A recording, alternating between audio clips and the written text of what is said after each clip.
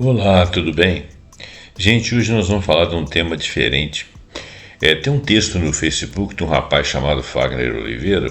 Ele faz vários textos muito interessantes. Eu aconselho vocês a digitar lá Fagner Oliveira, Facebook, e ele fala sobre a vida do Tim Maia, fala sobre algumas pessoas que resistiram ao Holocausto, fala sobre história de uma maneira geral e fala de alguns temas como esse que eu vou falar hoje. Então, esse início de texto aqui é dele.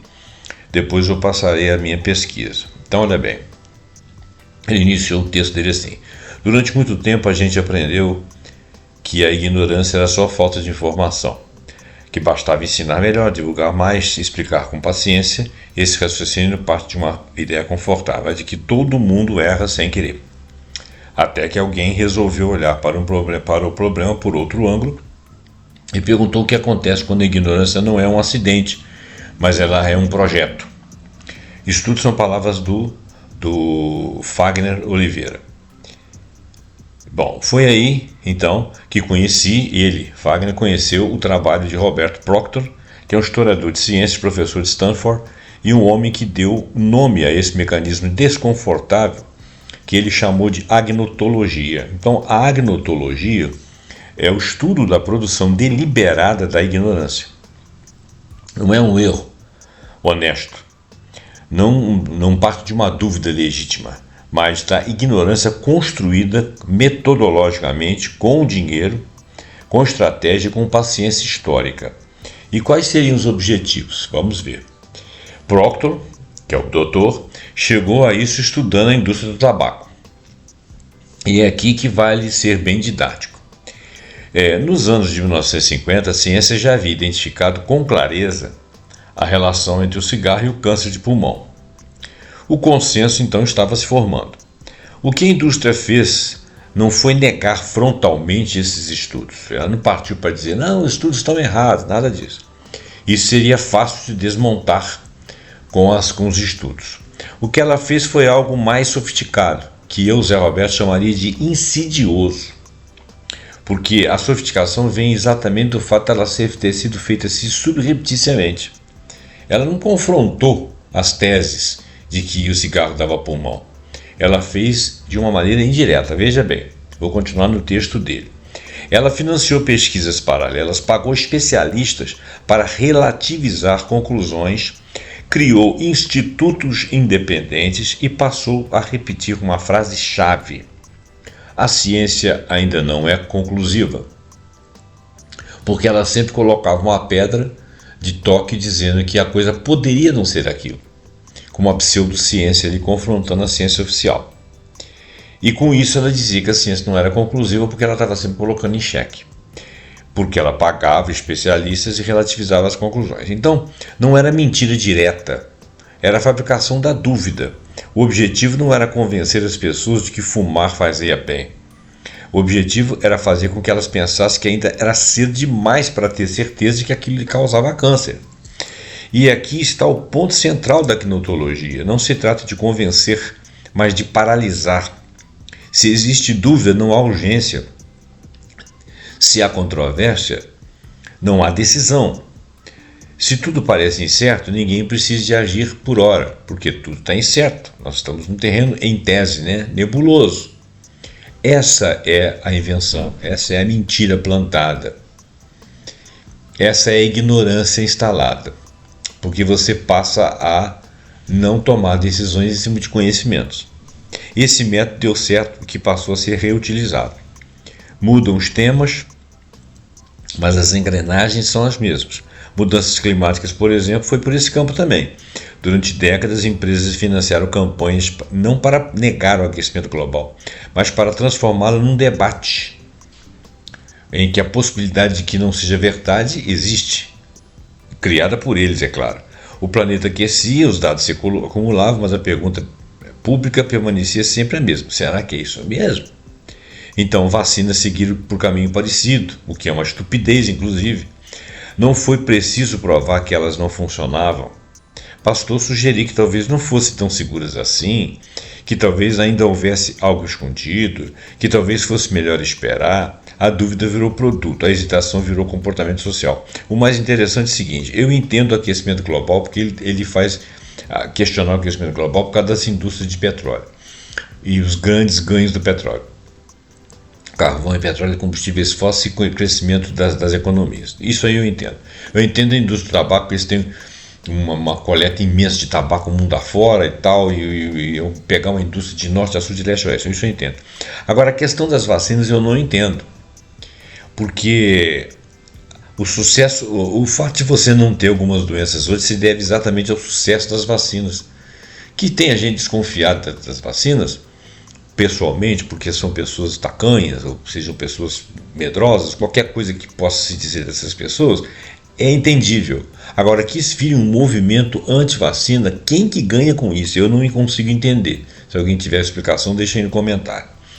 Então, bastou sugerir que talvez algumas não fossem tão seguras, que talvez ainda houvesse algo escondido, que talvez ainda fosse melhor esperar. Então a dúvida virou produto, a hesitação virou comportamento social. A história também entra nessa conta. Quando tudo vira versão, é o que eles chamam de narrativa, é a versão. Então hoje em dia tem um fato. Aí um sujeito vem e diz essa famigerada palavra que eu estou começando a tomar raiva dela. A narrativa. Quando ele fala que é a narrativa, ele está dizendo que aquele ali é uma versão da pessoa. E às vezes aquele ali são fatos consagrados, cientificamente, ou fatos visitáveis. Fatos que podem ser provados por imagens, por fotos, por depoimentos. Mas tudo isso é a pós-verdade. Tudo isso é colocado em dúvida. Então esses fatos são tragados como narrativa, como versão. Então quando fatos documentados passam a disputar espaço com opiniões, quando arquivos viram narrativa opcional, a ignorância deixa de ser ausência e passa a ser política. Então as pessoas literalmente passam a ser ignorantes no trato da discussão dos fatos, porque optam por ignorar alguma coisa. Então fazem do seu comportamento o comportamento de alguém ignorante que atrapalha toda a convivência. Não é esquecimento, é escolha, que alguns fizeram e outros aceitaram. A agnotologia não nasceu na filosofia. Ela dialoga diretamente com ideias que muita gente já sentiu na pele sem saber nomear. Bom, daqui para frente, ele continua o texto dele. Eu não vou segui-lo, não. Eu vou para o texto da minha pesquisa, só para o nosso vídeo não ficar excessivo. Tá ok? Então agora a gente vai fazer uma resenha mais ou menos contextualizada do livro do Robert Proctor, que ele fez junto com a Linda Shibinger. Robert e Linda, né? O Dr. Proctor e a doutora Shibinger. E o título é Agnotology, the Making and Unmaking of Ignorance. Então, a agnotologia, o que se faz e o que se desfaz em relação à ignorância. Obra seminal que inaugura o campo epistemológico, histórico-sociológico da chamada, recém-batizada pelo Proctor, agnotologia, isto é, o estudo da produção cultural, estratégica e deliberada da ignorância. Então, não é propriamente da ignorância, é da produção de fatos inverídicos que tamponam fatos verdadeiros que poderiam trazer esclarecimento, mas que interessa a terceiros que não seja trazido. Seja por questões ideológicas, seja por questões de cismas, seja por questões financeiras. A maior parte das vezes por questões financeiras. Contexto e tese central da obra. Veja bem, a agnotologia, o livro ele problematiza uma questão que a epistemologia tradicional raramente enfrenta. Por que nós não sabemos o que não sabemos? Ou seja, aquilo que nós não sabemos no mundo intercomunicado, em que todas as coisas são pesquisáveis e tudo está aí colocado nas redes. Por que nós não sabemos de certas coisas? Aquilo que não sabemos, por que nós não sabemos? É uma pergunta interessante. Então, o livro desloca o foco clássico sobre os processos de conhecimento para perguntar pelo seu oposto, ou seja, pela ignorância. Por que deliberadamente existem coisas ignoradas, entendidas como mera ausência?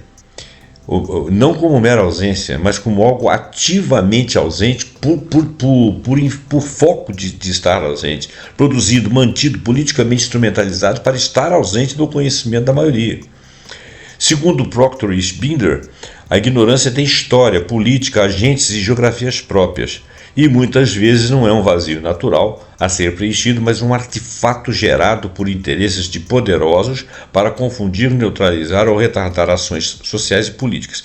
A gente poderia parar por aqui, se a gente quisesse, porque só de falar da instrumentalização das questões do aquecimento global, e entre outras coisas assim de meio ambiente, que nós criamos uma mortandade de peixes,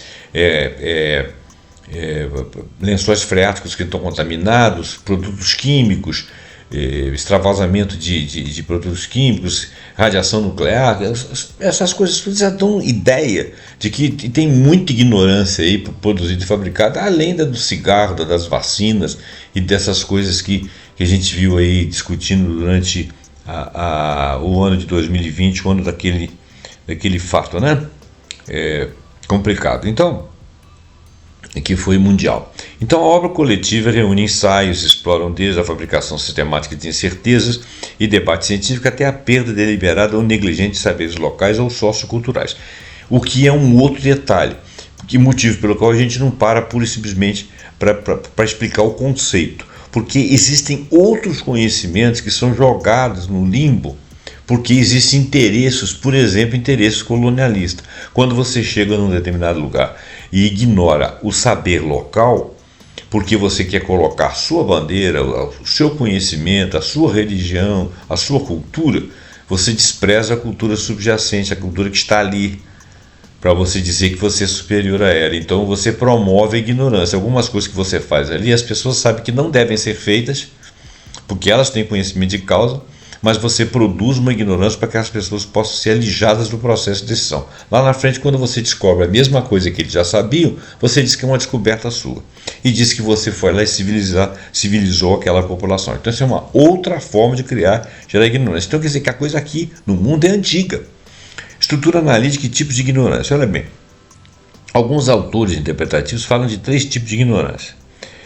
A ignorância nativa, que é a native ignorance. Não precisa traduzir para o inglês, né? Que ele lá faz essas distinções com nomes específicos que nós mal bem traduzimos. Não justifica ficar traduzindo.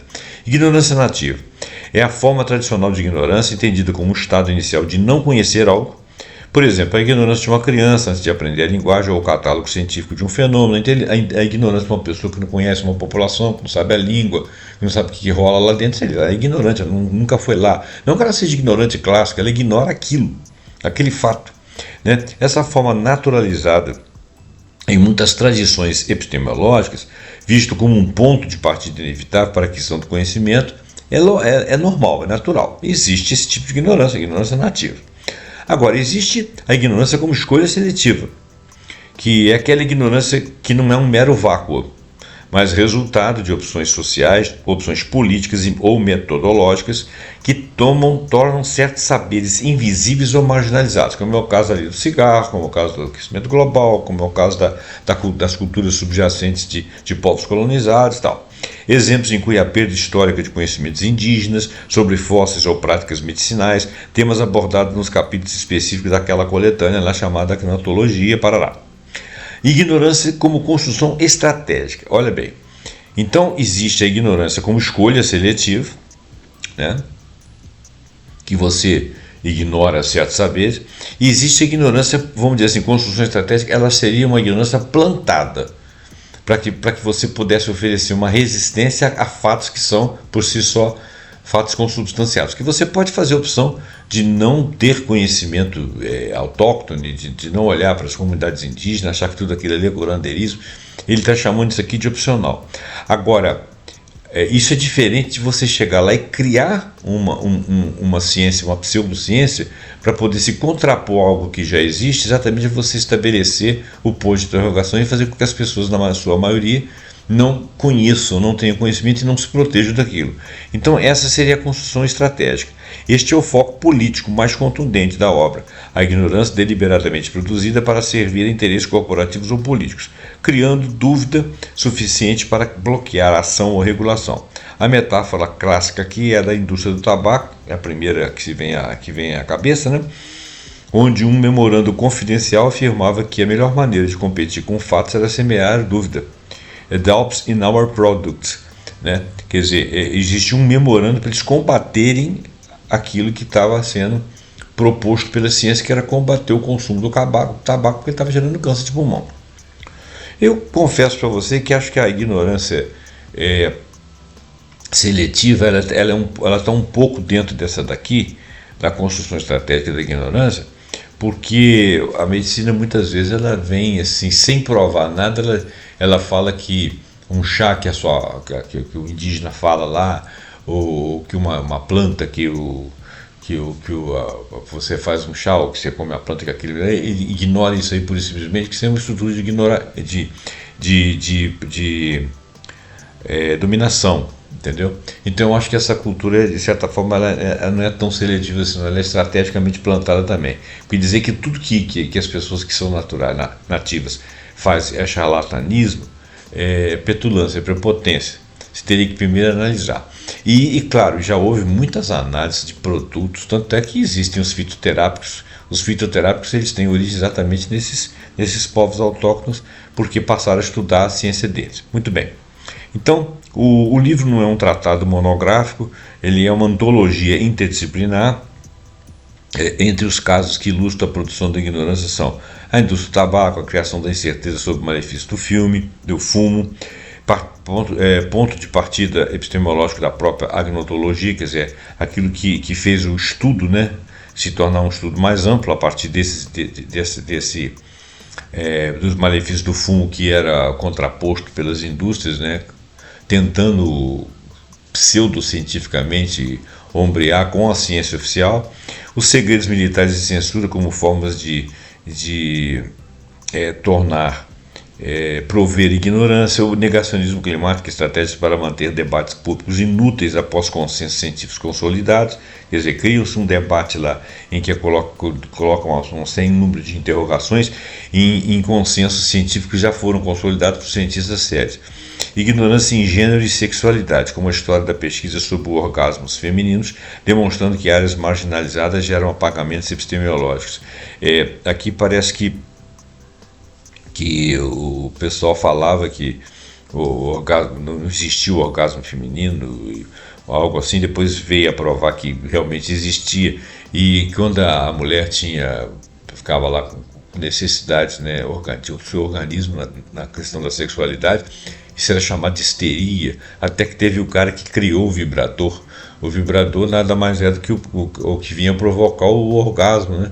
Quer dizer, negava-se o orgasmo, negava-se a sexualidade da mulher, colocava aquilo como doença, mas a solução era exatamente aquilo que eles faziam os outros desconhecer, por questões que naturalmente deviam ser de dominação também, ou de achar que se a mulher descobrisse que ela poderia ter prazer, que ela se sentiria liberta, algo assim. Supressão de saberes indígenas e arqueológicos, que revela como o conhecimento local é muitas vezes desconsiderado ou apagado em nome de narrativas dominantes ou de colonização. Contribuição teóricas relacionadas. Tem aqui o Naomi Oreskes e o Eric Conway, que eles falam de Merchants of Doubt. A obra de Oreskes e Conway traça uma genealogia das táticas de fabricação de dúvida e da ignorância na ciência ambiental e na saúde, desde a indústria tabagista até o negacionismo climático. Eles documentam como grupos conservadores corporativos prolongam debates científicos bem estabelecidos para retardar políticas públicas que poderiam consertar os problemas. Esse livro exemplifica bastante empiricamente o que a agnologia estratégica é. Quer dizer, ele de certa forma faz eco lá com o livro do Proctor.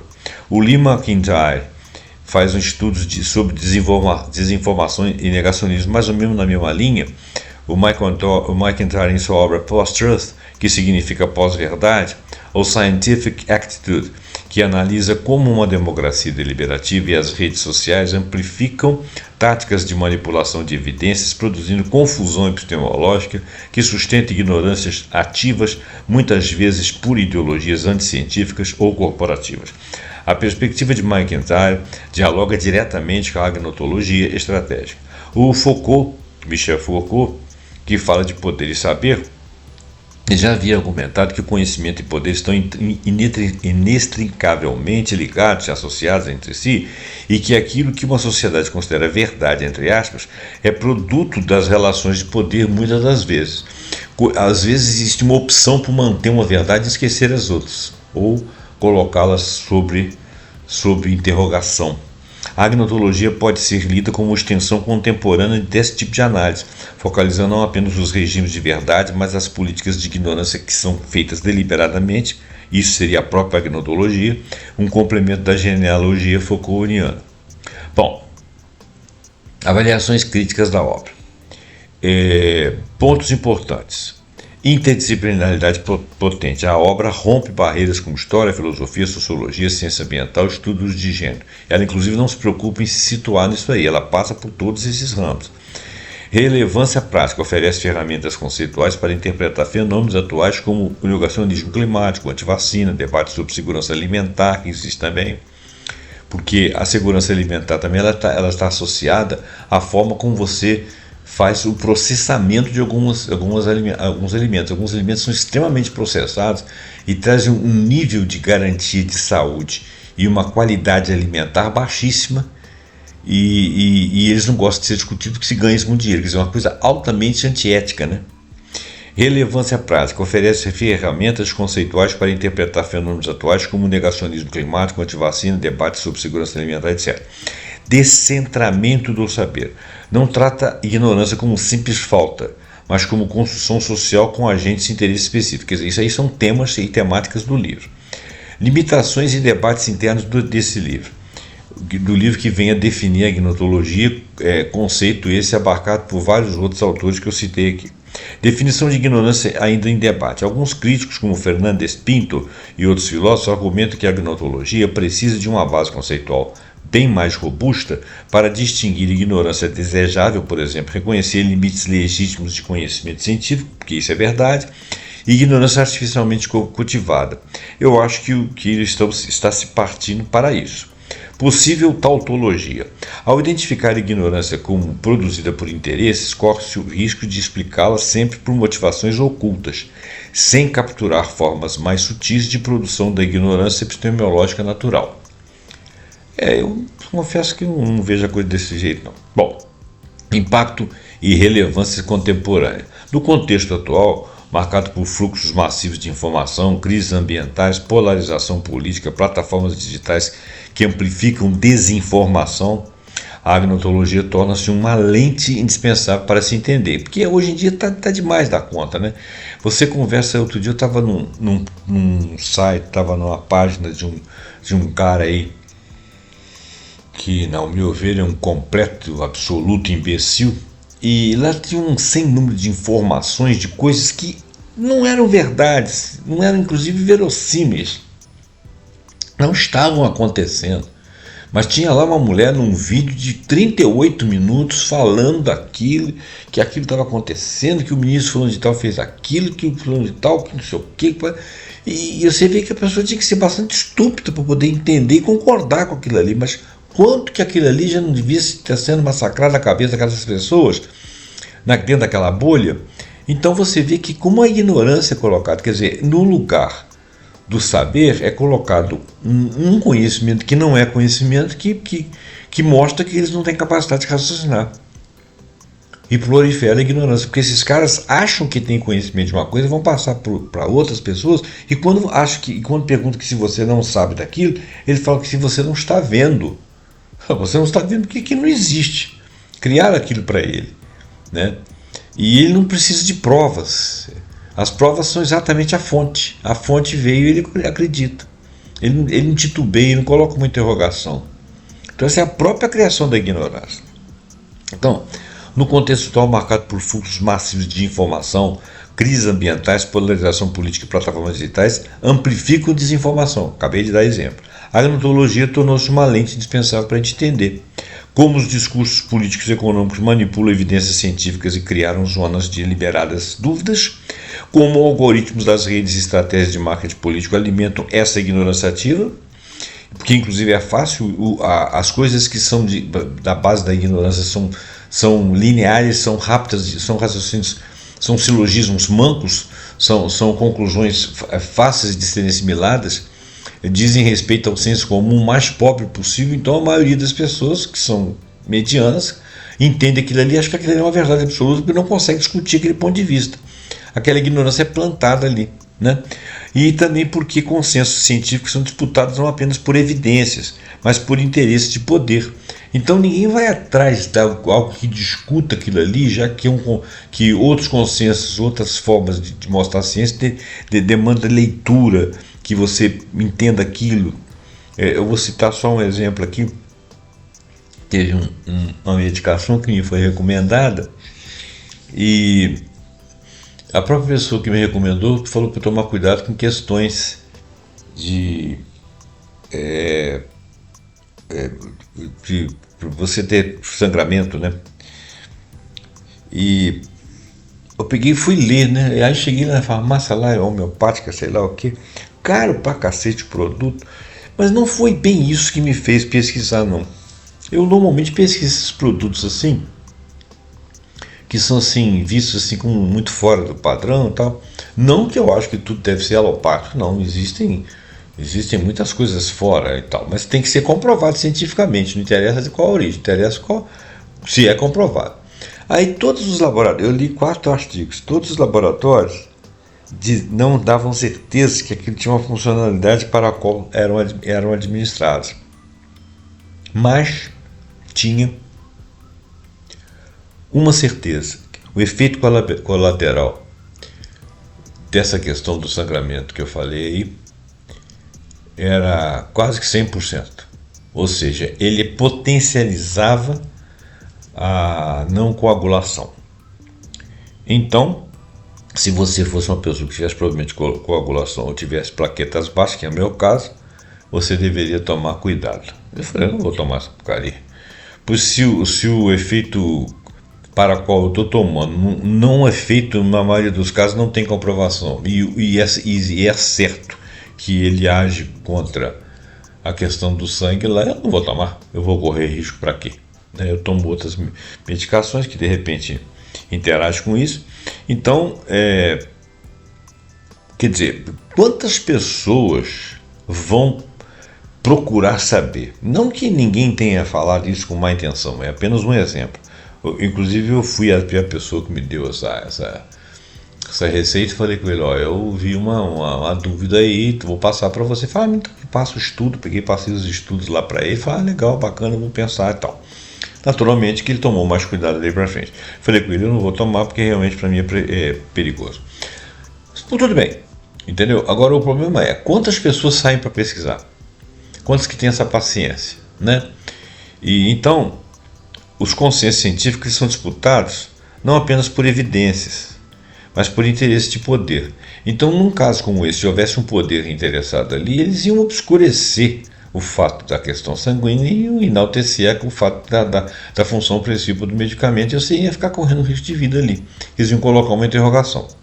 Então, temas como antivacina, controvérsia sobre mudança climática, debate sobre energia nuclear, eficácia da CBD e mesmo teorias conspiratórias se beneficiam dessa análise da agnotologia, nos lembrando que a ignorância não é um problema passivo, mas sim um campo de poder. Então ele pega a cita aqui. Agora nós vamos fazer uma relação aqui com alguns autores. O próprio Proctor, a companheira de trabalho dele, a Achille Binder, o Oreskes, o Conway, o McIntyre e o Foucault. E a cronologia aí, no século 16, 17, colonização dos saberes indígenas, houve um apagamento epistemológico, ou seja, o conhecimento deles não interessava. Supressão de saberes indígenas nas Américas, na África e na Ásia. Inclusive, uma coisa interessante, os escravos que trabalhavam em Minas aqui no Brasil detinham um conhecimento de Minas muito maior do que os portugueses. Eles é que detinham conhecimento, eles é que sabiam como que iam explorar, como que iam sobreviver aquilo, ou como é que você persegue os vieses, quais são as técnicas que você utiliza, onde que você desconfia que tem, que não tem, que profundidade, eles é que sabiam isso tudo. eram os escravos, né? Tinham esse conhecimento. Então, nesse momento, esse conhecimento era importante, mas ninguém dizia que eram eles que tinham esse conhecimento. Eles ficavam discutindo com os caras e se aproveitavam do conhecimento deles, regulavam o conhecimento deles para dizer que aquele conhecimento era deles, e não dos povos aí, dos escravizados, dos colocados sob tutela, né? Então, supressão de saberes indígenas, tanto nas Américas quanto na Ásia. Estratégia da ignorância, a deslegitimação sistemática de conhecimentos locais, medicina, botânica, astronomia, geografia, tudo que vier do local não interessa para dizer que a minha cultura é superior. Classificação desses saberes como superstição, mito ou não ciência ou charlatanismo. Análise. Eu não sei se é Londa Schbinder, acho que é Londa, mostra como o colonialismo não apenas produziu conhecimento, ele produziu ignorância seletiva, ao descartar saberes que não serviam à lógica imperial ou mercantil, mas que eram saberes. Exemplo, contraceptivos naturais usados por mulheres escravizadas no Caribe. Elas usavam os contraceptivos naturais e aquilo ali realmente era contraceptivo, mas eles não quiseram tomar conhecimento. Impacto. Perda irreversível de saberes terapêuticos e ecológicos, saberes que estavam na roda dos acontecimentos da natureza desde muito tempo, que poderiam ser preservados porque ajudariam a manter a natureza. Né? Consolidação da ciência moderna como um instrumento de poder colonial em detrimento de outros conhecimentos. Schbinder, num livro Plants and Empire, ou seja, Plantas e Poder, Plantas e Império, e o Foucault, Arqueologia do Saber. No século XIX, a Revolução Industrial e a ignorância ocupacional. Doenças ocupacionais em minas e fábricas e ferrovias, eles fingiam que não existia. Invibilização deliberada dos dados médicos sobre intoxicações, amputações e mortes. Falta de investigação e investimento em estudos epidemiológicos. Não interessava para eles, então aquilo ficava inviabilizado. E estavam lá as pessoas que estavam trabalhando lá, os nacionais do país, se intoxicando, tendo vida abreviada, amputação de membros, mortes, e nada disso tinha origem, entre aspas, naquilo que eles não queriam que dissesse que tinha origem. Análise. David Michaels mostra que a ausência de evidência foi ativamente mantida. Não financiar pesquisa já era uma estratégia agnotológica. Impacto. Décadas de atraso em legislações trabalhistas, naturalização do adoecimento do trabalhador como custo do progresso. Mas o mundo está progredindo, então o camarada fica mais doente mesmo, algumas coisas são mais agressivas, uns resistem mais, outros não resistem. Mentirada. Aquilo ali era negar que aquelas coisas agrediam as pessoas, que existiam formas de instrumentalizar a proteção, mas que isso aí eles não se ocupavam disso, não queriam gastar dinheiro com isso. Nas décadas The Triumph of Doubt, o Triunfo da Dúvida, de Michaels, é um dos livros. Na década de 1920 até 1990, a indústria do tabaco, como fundador da agnotologia, cigarros causa câncer de pulmão, estratégias clássicas, financiamento de pesquisa alternativas, criação de institutos científicos de fachada, ênfase permanente nas incertezas, na tal incerteza, ataque à credibilidade de cientistas independentes. O documento-chave foi um memorando interno de 1969 que diz o seguinte, que a dúvida é o nosso produto, eles produziam a dúvida. Análise. Robert Proctor identifica que a forma canônica da ignorância estratégica não negar frontalmente, mas confundir indefinidamente. Essa seria a maneira crônica de estabelecer a ignorância, estrategicamente. Milhões de mortes seriam evitáveis, modelos replicados em inúmeros setores posteriores. Então, Proctor escreveu o livro Golden Holocaust, Proctor and Schbinder, depois da agnotologia. Entre 1950 e 80, o amianto, o chumbo e a poluição industrial, o amianto e câncer, mesotelioma, né? O chumbo na gasolina e em tintas que davam problemas mentais, neurológicos, contaminação de rios e solos industriais que matavam animais, peixes e chegava até o homem. Estratégia, ciência sob encomenda, né? Mudança de critérios de prova, ou seja, correlation is nor causation, ou seja, correlação não denota causa, é uma maneira de confundir. Judicialização exaustiva para atrasar regulações, ignorância como arma jurídica, criar dúvida suficiente para impedir decisões políticas e às vezes jurídicas, porque os juízes também, os juristas e os que formulavam leis ficavam em dúvida por não serem especificamente da área. Impacto, exposição prolongada de populações inteiras, normatização de riscos ambientais. O Oreste e o Conway, na década de 1970 até o presente, fala, por exemplo, das mudanças climáticas, o negacionismo climático, estratégias, os think tanks ideológicos financiados por empresas fósseis, uso seletivo de incertezas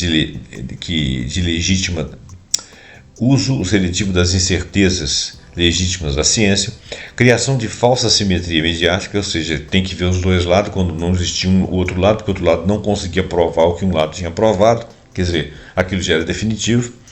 Orestes e Conway mostram que o consenso científico existia desde 1980, mas a ignorância foi cultivada deliberadamente. Impacto, atrasos na década de políticas climáticas, aumento exponencial de riscos ambientais globais.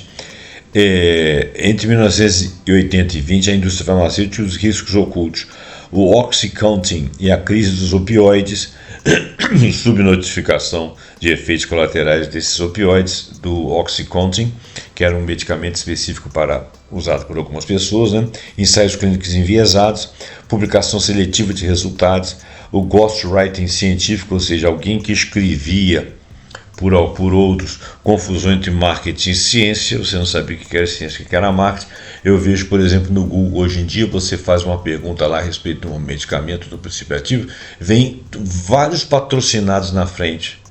Se você não estiver prestando atenção, você está lendo propaganda a favor do produto, e que fala muito pouco sobre o produto, e que muito mal e porcamente fala dos efeitos colaterais. Mas isso não é o conhecimento, você quer saber o que é o produto, você não está querendo comprá-lo, né? Mas o marketing vem na frente. Então confunde-se marketing com ciência nesses casos também. Análise, ignorância fabricada por controle de informação, não pela ausência de informação, porque eles controlam aquilo que pode ser ouvido e visto ou não. Epidemias de dependência, crise de confiança na medicina. Entre 2000 e 2010, a mídia cria um equilíbrio falso. O jornalismo científico e político, que é um caso, né? Tratamento simétrico entre consenso e marginalidade, simplificação excessiva de controvérsias complexas. As coisas são complexas, mas são simplificadas jornalisticamente, ou seja, midiaticamente. Lee McIntyre destaca que a ignorância moderna prospera quando a dúvida vira espetáculo, e tem programas que fazem vídeos na internet ou às vezes até nas TVs que são fábricas de dúvidas, né? Ou que deslocam o problema para um outro produto, deslocando a atenção daquele produto que efetivamente faz mal. Confusão pública e crônica e deslegitimação das expertises. E na pós-verdade do McIntyre, entre 20 e 22, na pandemia Covid-19, negacionismo vacinal, desinformação sobre máscaras, lockdown e medicamentos, politização da incerteza científica, isso tudo, obviamente, baseado no ganho financeiro, né? Estratégias, uso de oportunistas da ciência chamada Ciências em Construção. Quantas vezes apareceu o médico lá dando depoimento dele? Eu tive a oportunidade de escrever lá, você dizendo que já atendeu mais de 600 pacientes, não sei quantos, por quanto tempo. Você não é uma fonte fidedigna de ciência. Por quê? Porque você não fez uma pesquisa com milhares de pessoas, dentro de critérios, de faixa etária, de lugares diferentes, com mais de uma equipe, com duplo cego. Então, você não pode falar da sua expertise que você não tem, ou da sua observação, porque a sua observação é pífia.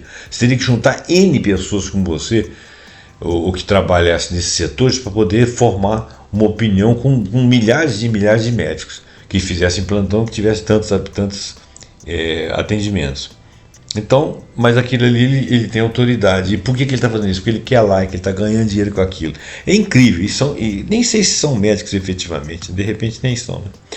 Estratégias oportunistas. Uso oportunista da ciência, construção, amplificação algorítmica da desinformação, porque o algoritmo vai trabalhando naquilo que dá mais espetáculo, né? Ataques às instituições científicas. né? Ataque à Anvisa, ataque à FDA americano.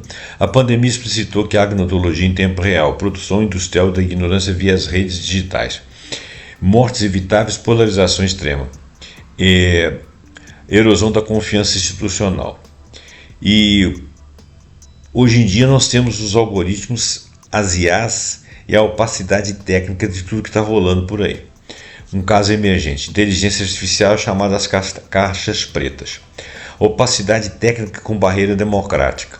Retórica de neutralidade algorítmica, o que não é necessariamente verdade, porque o algoritmo ele não trabalha sozinho. Deslocamento de responsabilidade, ou seja, o sistema que decidiu o erro foi dele, não. Até porque existe uma porção de apontadores que trabalham liberando coisas que o algoritmo poderia achar e que seria prejudicial. E tem certas coisas que eles preferem deixar lá porque conduz o pensamento. Análise: nova fronteira da agnotologia, ignorância produzida pela complexidade técnica deliberada. Qual que é o impacto disso? Assimetria de poder informacional. Quem tem mais poder traz a informação, a verdade, a narrativa para o seu lado. E isso não é necessariamente a verdade, quer dizer, está condicionando as coisas por poder. Isso traz um risco ético e riscos políticos, né? O The Black Box Society, ou seja, a caça preta da sociedade de Pasquale, debates atuais sobre a ética da inteligência artificial. Síntese analítica. Cronologia revela um padrão recorrente. A ignorância não é um oposto da ciência. Ela é frequentemente produzida por ela, ou seja, não que a ciência, uma parte da ciência resolve produzir um não conhecimento, ou seja, instrumentalizada por interesse naturalizada por instituições. Ela é instrumentalizada por grupos de interesse e naturalizada por instituições criadas.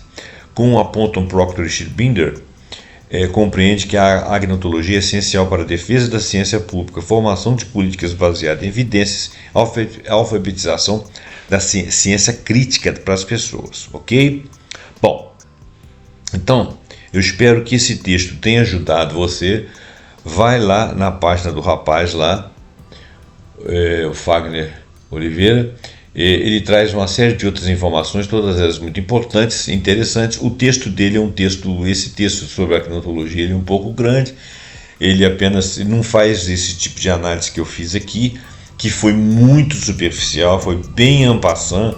A gente ainda vai voltar nesses temas mais para aqui para frente algumas vezes, tá ok?